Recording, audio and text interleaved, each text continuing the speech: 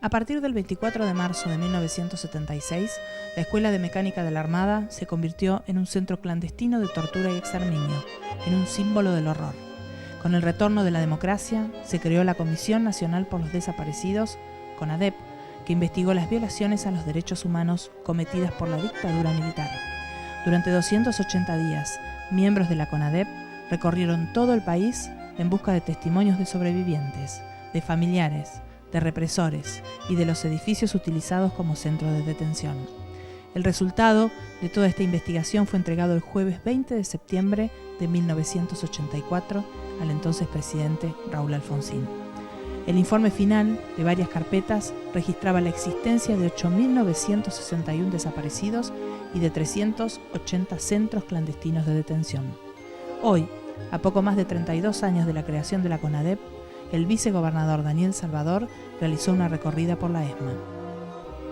Salvador fue secretario de la CONADEP y nos cuenta cómo fue en ese momento recorrer el país en busca de testimonios y denuncias sobre desaparecidos.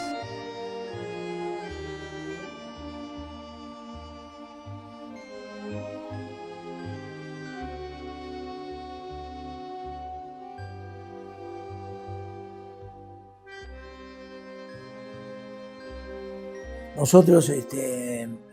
concurríamos a los centros clandestinos de detención. Muchos eran comisarías, eran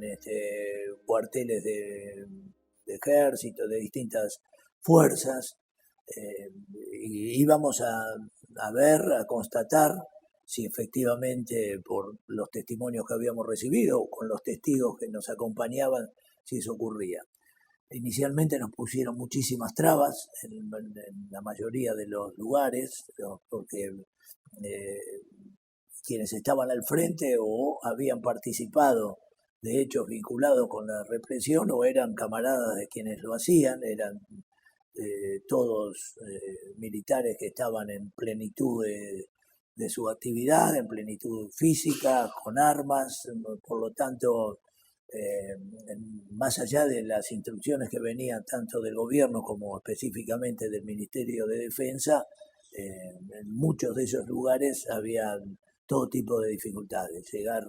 y pedir una orden judicial cuando ya no era falta porque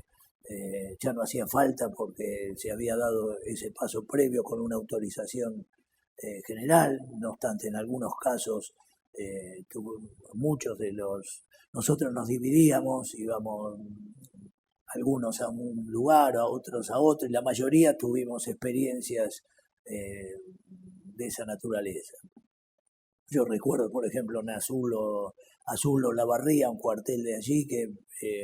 tuvimos desde temprano y que nos impidieron el acceso. Esto, un día de unas tormentas que ya venía de la noche anterior, tremendo, y bueno, y fueron horas y horas, y allí, pese a todas las autorizaciones del Ministerio de Defensa, se tuvo que lograr una orden del juez, y se enteró el pueblo tanto de Olavarría y de Azul, y empezaron a llegar primero concejales, legisladores y después vecinos, y hubo toda una presencia importantísima hasta que finalmente pudimos entrar, y efectivamente recuerdo que nos recibieron con todo lo que era ese momento el poder militar, ¿cierto? Con sus respectivas armas, algunos encima, otros en los escritorios, y con todo tipo de reparos. Esto pasó, es como una experiencia, pero pasó en muchísimos lugares, ¿cierto? Y el sentido de eso nos dio la posibilidad a lo que fue la tarea de la CONADEP. La tarea básicamente era, como nos había encomendado el presidente, que se sepa toda la verdad, por lo tanto era investigar y transmitir, que lo sepa la gente. No era el origen, el objetivo inicial no era para el aporte básicamente a la justicia, sino básicamente para que se tome conciencia de lo que había ocurrido, y eso se logró porque yo estoy convencido que ahí se empezó a construir un nunca más moral, una condena moral de la gente que a medida, tanto en el país como en el exterior, se fueron enterando de qué es lo que había ocurrido, de la violencia, de las muertes, de los robos, de las desapariciones, de que en esos centros clandestinos nada era casual, que estaba todo, había un plan sistemático, como después lo reflejamos en el propio informe, un plan sistemático de tortura, de interrogación, de desaparición, de muerte, en muchos casos probados, claramente probados. Y después ese mismo informe que cumplió ese objetivo y lo fue cumpliendo, y que nosotros al cabo de los 9 meses se lo entregamos al presidente en una tarde histórica, que con todo lo que en ese momento significaba, porque a todo esto en el medio había amenazas, habían entrado varias veces al Centro Cultural San Martín. Eso nos llevó en un momento buscando mecanismos para garantizar la documentación. Lo que en ese tiempo, me imagino, era un logro bárbaro, era microfilmar y depositarlo en el Banco Nación. Eso. Y después, cuando llevamos y entregamos el informe, hubo un acompañamiento muy importante, pero también eran tiempos que se decían que se iba a impedir que lleguen, que iban a pasar cosas como para que ese informe no salga. Finalmente fuimos en varios autos y hubo un acompañamiento realmente extraordinario. Se lo entregamos al doctor Alfonsín en una entrega que uno la tiene siempre muy presente, porque creo que fue un hecho muy trascendente como se lo dio y por la envergadura que le dieron. Y aparte de haber tenido ese sentido de cumplir con ese objetivo, de saber y transmitir toda la verdad, finalmente el informe, que se conoció con el nombre de Nunca Más, el nombre que lo definió Sábato y lo consensuamos todos, pero con una iniciativa de él que nos pareció que reflejaba exactamente el sentido que tenía que tener. Aparte de haber cumplido ese objetivo, después también sirvió de base procesal para el juicio que viene posteriormente. Base procesal que después magistralmente lo tomó el doctor Estracera, lo desarrolló, lo explicó, lo fundamentó y bueno, después se pudo cerrar ese circuito con esta idea de que completaba lo que desde mi punto de vista era una verdadera política de derechos humanos. Saber toda la verdad, que eso era ni más ni menos que la CONADEP, y la mayor justicia posible en una democracia que estaba dando los primeros pasos, porque era una democracia que recién asumía, una democracia que ni más ni menos terminaba con la impunidad de quienes dieron el golpe de Estado,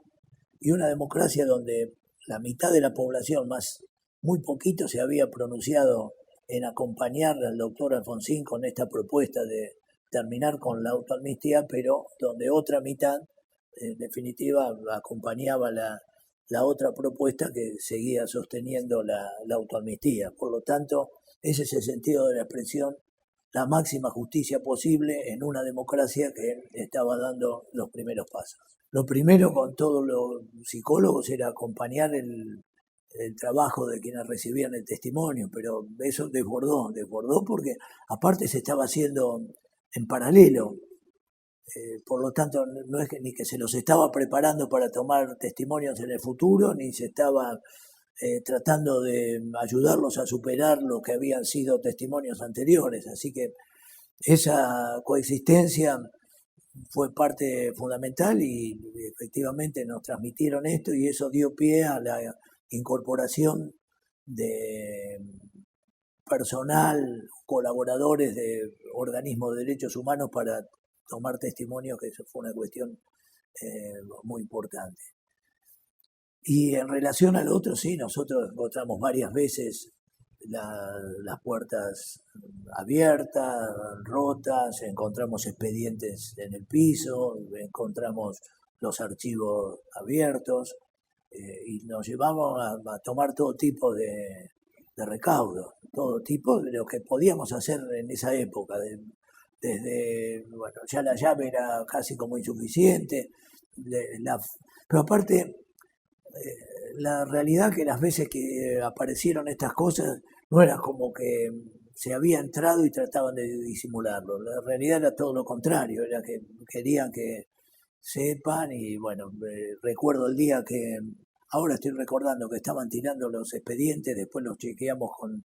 todas las fichas y no había desaparecido nada, no sé si se pudo haber sacado alguna foto quizás, pero no era eso la intención, porque esto pudo haber pasado a las 3, 4 de la mañana quizás, ¿no? Y tendrían tiempo hasta haberlo ordenado, así que eso. Y bueno, y eso, como decía anteriormente, después nos llevó como una medida extrema de seguridad para ese tiempo, decidir la microfilmación de todos los archivos y todos los expedientes. O sea, un juicio de esta naturaleza en un gobierno democrático no se había llevado en ninguna parte del mundo, y el informe terminó reflejando, fue el producto de una tarea absolutamente inmensa que sin ningún tipo de duda le tiene que haber cambiado en algo la vida a todos los que de una o de otra manera participamos de eso. Y cada uno llevó una tarea, porque aparte todos los integrantes también tomaban testimonios, y los integrantes eran quienes hacían los recorridos, quienes hacían las visitas, quienes veían cosas, o llegamos a ver cosas que en la vida nos habíamos imaginado que podíamos llegar a ver.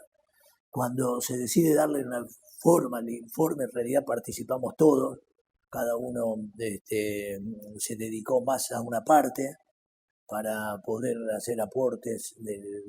con aquello que había sido más afín a la tarea realizada. La experiencia, por supuesto, de Graciela Fernández Mejía en eso fue fundamental.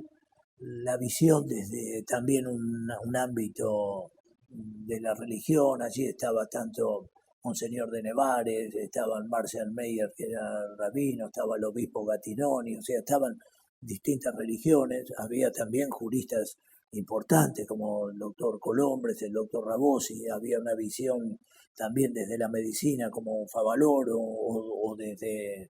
la comunicación como Magdalena, y por lo tanto yo creo que también cada uno le puso el aporte suyo, y después con Ernesto Sábato, con esa visión más ampliada de cuál era la mejor manera de poder llegar y transmitir, y en mucho ese informe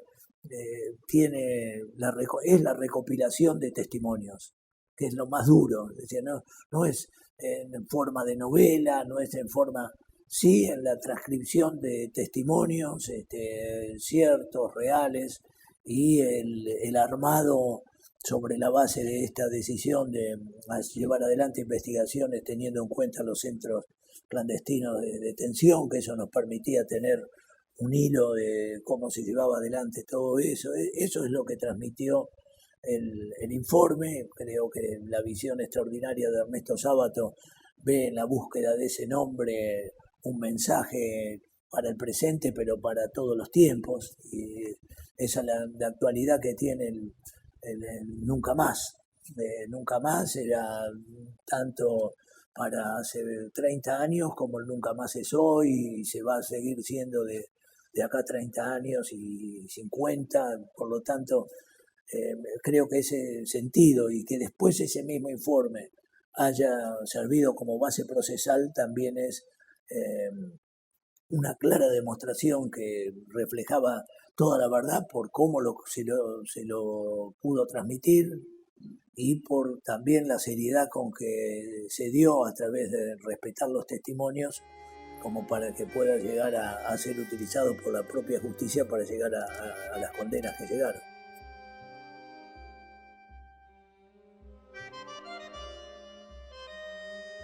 De esta manera, el testimonio del vicegobernador de la provincia de Buenos Aires, Daniel Salvador, quedó registrado en el Archivo Nacional de la Memoria. Esta es la segunda de las 4 entregas que se realizaron.